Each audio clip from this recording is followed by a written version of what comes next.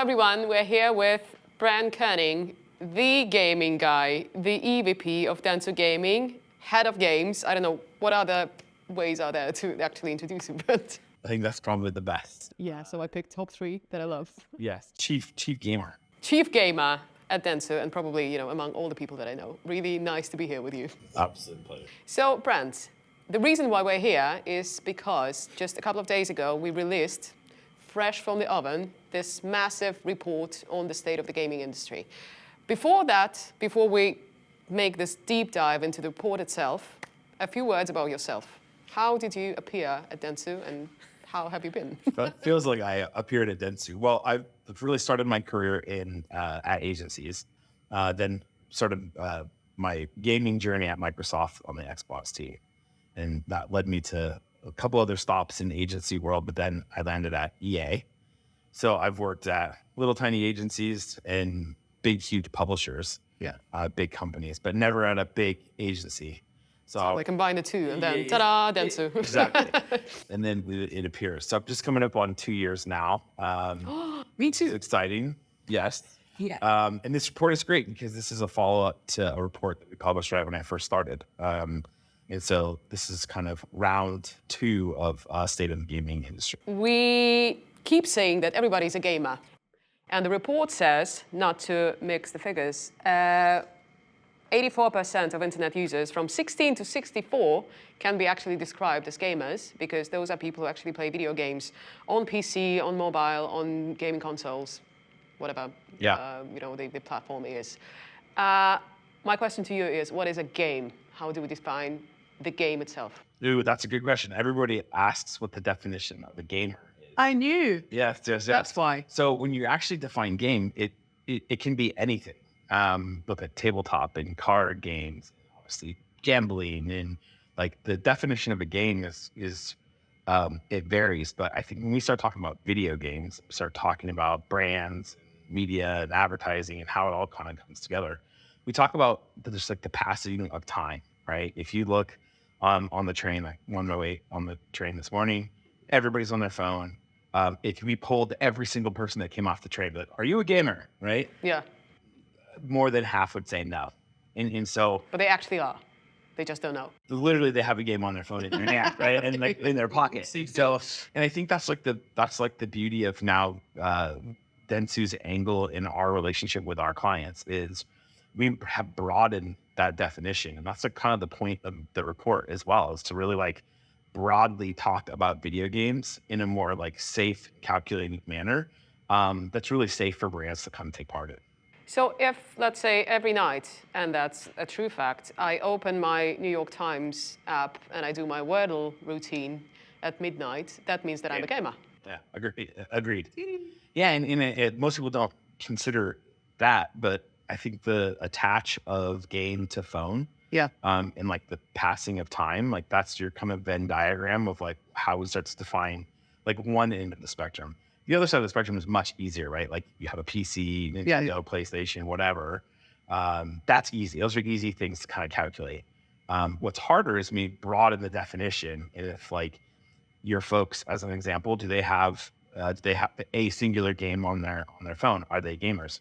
When you look from a media perspective, the answer is yes, because we have data, we have opportunity, we have the ability to go put something in front of them that goes kind of as a companion to their game. So I think that's a really important definition. So let's talk about the report itself for a bit. It's the second consecutive year when we're doing this report. So basically, now is a good moment to talk about the changes, the progress, the trends, and all that. Yeah. What is the state of the gaming industry right now? It's a very big existential question. If you look at the headlines, you'll see a lot of studios shutting down, slowing down, big publisher consolidation. So you've got this kind of ecosystem that has been created coming out of COVID, which is gaming is the highest it's ever been because there was so much like free time. Yeah.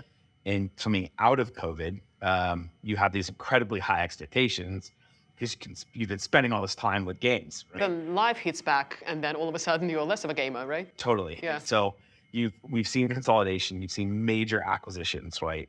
Microsoft has purchased Activision, Blizzard, Bethesda, huge sales of big players in the industry. And so some of the headlines are quite negative. But the reality is there has never been more people playing games, and there has never been more people spending on games than ever before. And so it's an interesting kind of phenomenon as we start talking about the industry. The other kind of wild fact is it's never been more expensive to make big, huge AAA games. But then on the other side of the coin, it's never been easier to go and make a game yourself and publish it yourself on platforms like Minecraft and Roblox and Fortnite with UEFN. What I can go literally, and you can go and build a game and experience that would be really, really successful on one of these exterior platforms. And so as we think about the cost of big, huge AAA games and the cost and time required for little tiny indie games, we start to look at this center and think there's a really good opportunity here to service our brands and clients in the media space, because it's actually right in the middle. You can actually engage in that space pretty easily. It's still quite expensive to participate in big, huge AAA operations. But in smaller stuff doesn't really get the scale. But in the middle, we have this really great opportunity to do a lot with our clients in the gaming space. In relation to this, the report reads a bit like a manifesto. It's like, hello, the gaming has arrived, the game is on, pun intended. So was that the intention here? Yeah, very much so. And I appreciate you saying that, because what's really taking place is if we break the fourth wall of marketing in the world, right? That's kind of the point of this conversation. Is if you break that wall, a marketer's hardest, and I've been on this side of the fence. Yeah. If you break through the wall, everyone's trying to get budget for the projects that they're working on. So if you're a marketer inside of a brand and you want to include gaming, it sits on the outside of a normal kind of planning campaign. So it's like an extravagant, nice to have exactly thingy. So then what is the very first thing to get cut when budgets are tight? The nice, flashy, extravagant things. Yeah. The point of the report is to show that there's data, insight, analysis, trends, and data that actually backs up that we should be spending more in gaming with this incredibly engaging audience and pulling it out from innovation, pull it out from experimental, pull it out from the fantastical world of discretionary budgeting and stick it into campaign planning. The reality is social media was in the same place 15, 16, 17 years ago, where you'd have a full go-to-market marketing plan and then you'd have a social media plan. It's that's so fucked up. Well, nowadays it's all mixed. You'd be fired if you didn't have that experience integrated into marketing. We're at dentsu, we're saying we should be doing the same thing with gaming. Pull it out of this extraordinary and put it directly into campaign planning and back it up and be supportive. And again, the report is almost this permission for marketeers to go through and say, hey, company, brand, client, look at this information. See, it is okay. And is it going to be perfect? No. But was Facebook perfect when it came out? Was Snapchat, Twitter, all these things, were they perfect? They weren't. But we're progressive enough now, and it's such a multi-hundred billion-dollar industry. It's a safe place to go, but it has to be done right, and it has to be done with confidence. And they can't be these test and learn budgets. Yeah. They just need to be part of the plan. So it's a huge part of the report is kind of getting marketers comfortable with the concept of pulling gaming in, pull it closer. And there's companies like Dentsu have gone all in on trying to make sure that brands know that it's safe and it's an experience where it's gonna pay off. And so it's really, really important. I think the first slide of the report features this astonishing stats that gaming today is bigger than both movies and audio combined. Yeah. And to me, that is still insane, and that is a revelation. Yeah. And it feels like, we as marketeers missed something in the past couple of years, because we obviously missed this bigger picture of gaming being so big and such a mammoth in terms of, your marketing opportunities. However, so question number one to you would be, how did this happen? Yeah. Especially after COVID. Yeah.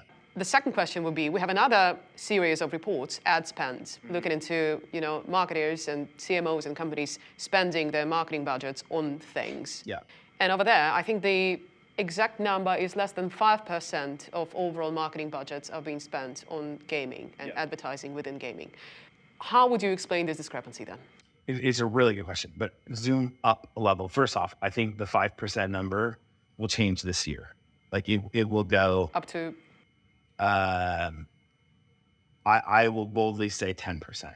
Right. I was like 50, Brent. Come on. Yes, no. I think it's a crawl, walk, run, and we're kind of pivoting from crawl into walk. Yeah. But if you zoom up a level, when we say this like a game, like what is this gaming spend? Think about the forms of entertainment that are all extrapolations of gaming IP. Super Mario Brothers, one of the biggest like hits in like cinema history, animated cinema history, right? It's based off of Super Mario Brothers IP. Yeah. The Last of Us, one of the best performing pieces of content on HBO ever. Yeah. Right? Based on gaming IP.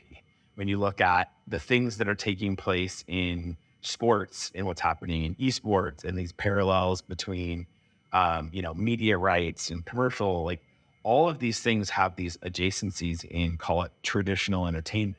The reality is a lot of them are based on gaming IP. Right. And so when you look at a video game like EAFC, the formerly known as FIFA, that brings 35 million people together every single year to celebrate like football.